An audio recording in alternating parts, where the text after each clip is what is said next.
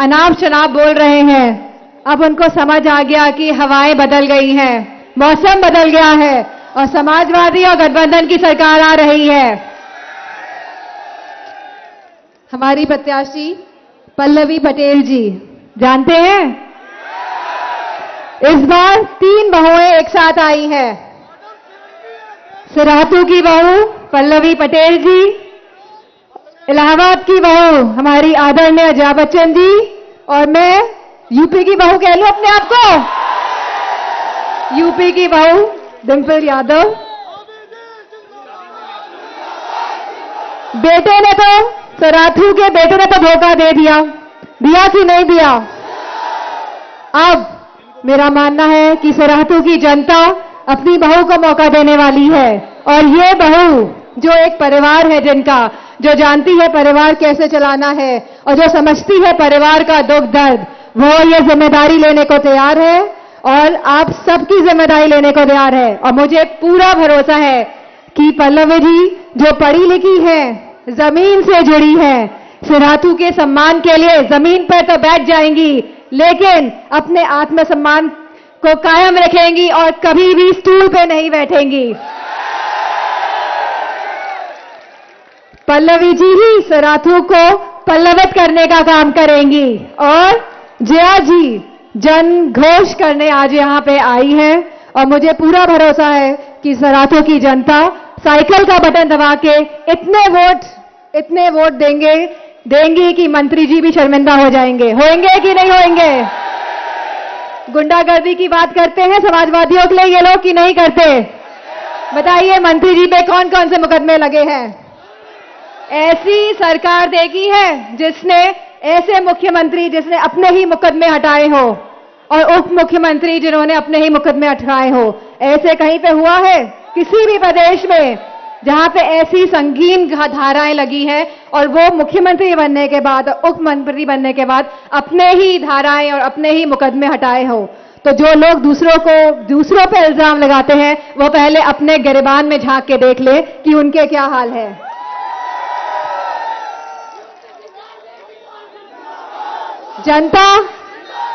जनता, नौजवान, माताएं, बहनें ऐसी सरकार बनाने जा रहे हैं जो नौकरियां देने वाली है हमारे युवाओं को, जो महिला सुरक्षा पे काम करेंगी। जो गलत फहमी ये लोग फैला रहे हैं महिला सुरक्षा के नाम पे, मैं याद दिलाना चाहती हूं कि 2000 के जो आंकड़े थे एनसीआरबी के, उसमें महिलाओं के साथ जघन्य अपराध कम हुए थे। और इन 5 सालों में जो आंकड़े आए हैं वह आंकड़े बहुत ही दर्दनाक हैं। हम जानते हैं कैसी कैसी घटनाएं आज महिलाओं के संग हो रही है, और बगैर इसके कि इन महिलाओं का साथ दिया जाए उनके परिवार वालों को प्रताड़ित किया जाता है। क्या हाथरस की जनता घटना भूल जाएंगे? क्या हम लोग, क्या जनता हाथरस की बेटी को भूल जाएगी? हम जानते नहीं है कैसे उसको जला दिया गया था रात को, और उसको उस अंतिम संस्कार जो एक हिंदू का धर्म है, एक अधिकार है, उसको भी वो नहीं करने दिया था।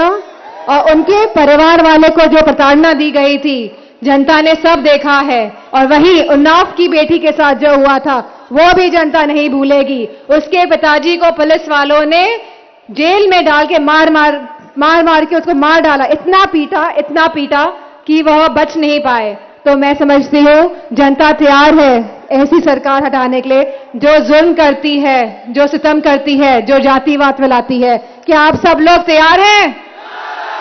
ये जो चुनाव होने जा रहा है ये खाली पल्लवी जी का ही चुनाव नहीं है, ये मेरा भी चुनाव है। आप क्या हमारा सम्मान रखेंगे कि नहीं रखेंगे? दयाशंकर जी बताइए। चलिए, आप सबकी जिम्मेदारी है कि पल्लवी पटेल जी को इतने वोटों से जिताना है कि यहां के मंत्री जी भी शर्मिंदा हो जाएं। ये ऐसे करने से नहीं चलेगा, मैं देखूंगी। सिराथू, ये मेरा पहला प्रचार है और मैं आप लोगों से आप वादा करेंगे, वचन दे रहे हैं कि उन्हें जिता के भेजेंगे। ये मेरी बहन जैसी है और मुझे पूरा विश्वास है ये महिलाओं का सम्मान और हक की बात रखेंगी, हमारे किसान भाइयों की बात रखेंगी, युवाओं की बात रखेंगी और मुझे पूरा भरोसा है कि आप पल्लवी जी को अपना पूरा समर्थन देंगे। बहुत सारी बातें मैं कहना चाहती हूं। यह सरकार जो मौजूदा सरकार है, डबल इंजन की सरकार है। ये बताइए कि जंग का रंग क्या होता है? जब जंग लग जाता है लोहे में, इंजन की बात हो रही है तो लोहा ही इस्तेमाल होता है इंजन बनने में। जंग का रंग क्या होता है? हाँ, कौन सा रंग होता है जंग का?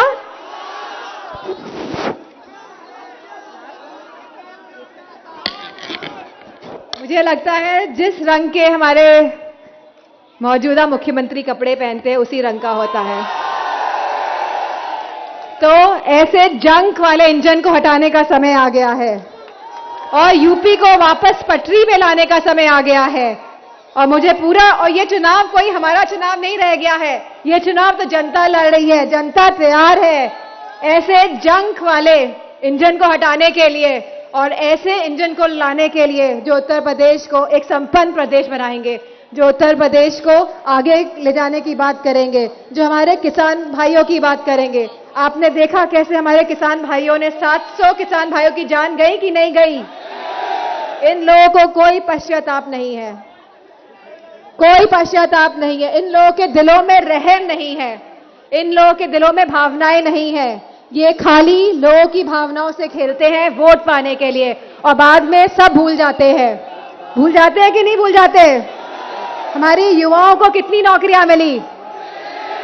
हमारा किसान के अगर 2 बेटे और 1 बेटी होती है, एक बेटा किसानी करता है, एक बेटा फौज में जाता है कि नहीं जाता है? फौज की नौकरियां निकाल पाए कि नहीं निकाल पाए ये लोग? और आने वाले समय में अगर ये निकालेंगे भी तो ये संविदा में रखना चाहते हैं हमारे नौजवानों को। और जो एक बेटा तो फौज में जा नहीं सकता और दूसरे बेटों को रात भर जग के खेती करनी पड़ रही है कि नहीं करनी पड़ रही है? अपने खेतों की चौकीदार बना दिया कि नहीं बना दिया अपने खेतों का? और बेटी को कहां से पढ़ाएगा किसान अपनी, बताइए? आमदनी दुगने करने की बात हुई कि नहीं हुई थी? महंगाई इतनी बढ़ा दी कि आमदनी तो आधी ही रह गई। अब बताइए कहां जाए युवा, कहां जाए किसान और महिलाएं भी कहां जाएं? मैं समाजवादी पार्टी की कथनी और करनी में कोई फर्क नहीं होता है, तो मैं आज ये आप सबको विश्वास दिला के जा रही हूं कि जब समाजवादी पार्टी की सरकार आएगी तो जैसे हमारे घोषणा पत्र में कहा गया है, खासकर महिलाओं के लिए 33% का आरक्षण दिया जाएगा सभी सरकारी नौकरियों में।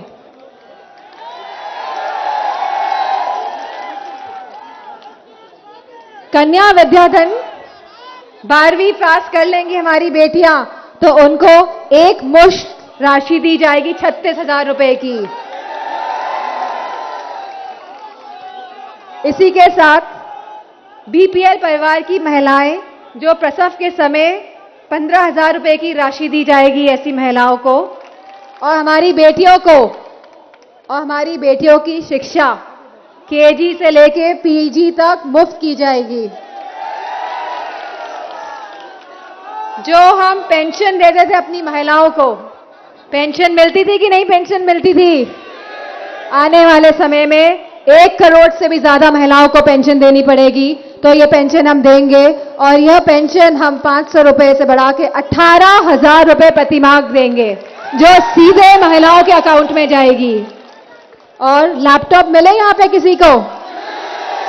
हमने सुना था लखनऊ में फोटो खिंचवाने के लिए एक कार्यक्रम कराया गया जहां पे फोन और लैपटॉप बांटे गए, लेकिन आखिरी में चुनाव आने से पहले जनता को बेवकूफ बनाने के लिए।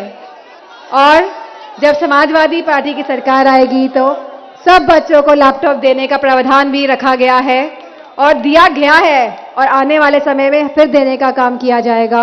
इसी के साथ जितने भी हमारे किसान भाइयों ने अपनी जान खोई है, जो शहीद हुए हैं, हमारे 700 किसान भाई और बुजुर्ग जन, उनको 25-25 लाख रुपए भी दिए जाएंगे। और जिन किसान भाइयों की मृत्यु हुई है सांड के द्वारा, सबसे प्रिय जानवर कौन सा है हमारे मुख्यमंत्री जी का? तो जिन जिन हमारे किसानों की मृत्यु हुई है सांड के द्वारा, उनको भी 5 लाख राशि दी जाएगी। सभी 2 पहिए वाहन मालिकों को प्रति माह 1 लीटर पेट्रोल तथा ऑटो रिक्शा चालकों को 3 लीटर पेट्रोल व 6 किलो CNGC मुफ्त दी जाएगी और 3 सिलेंडर साल के मुफ्त महिलाओं को दिए जाएंगे। इन लोगों ने कनेक्शन तो दे दिया और सिलेंडर की कीमत कितनी बचा दी बताइए? उन कनेक्शन का कोई काम है अब? तो समाजवादी पार्टी सरकार आने पे हर महिलाओं को 3 सिलेंडर मुफ्त दिए जाएंगे। और इसी के साथ महिला सुरक्षा को लेकर मैं कहना चाहूंगी कि समाजवादी पार्टी सरकार के आने के बाद हम महिला सुरक्षा पे खास तौर पे काम करेंगे और हर गांव में सीसीटीवी कैमरा लगाने का काम करेंगे।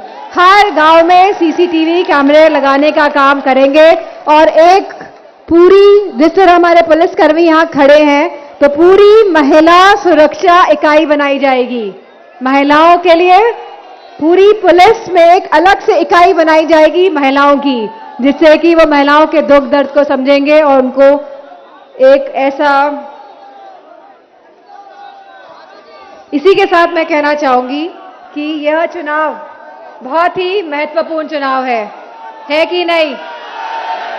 ये युवाओं का चुनाव है, ये हमारी बेटियों का चुनाव है, ये हमारे किसानों का चुनाव है, ये हमारे सभी लोगों का चुनाव है और बढ़ चढ़कर इस चुनाव में हिस्सा लीजिए और ऐसे हराइए यहाँ के मंत्री जी को कि उनको भी शर्म आ जाए कि कहां वो पल्लवी पटेल जी के सामने आ गए। इन्हीं शब्दों के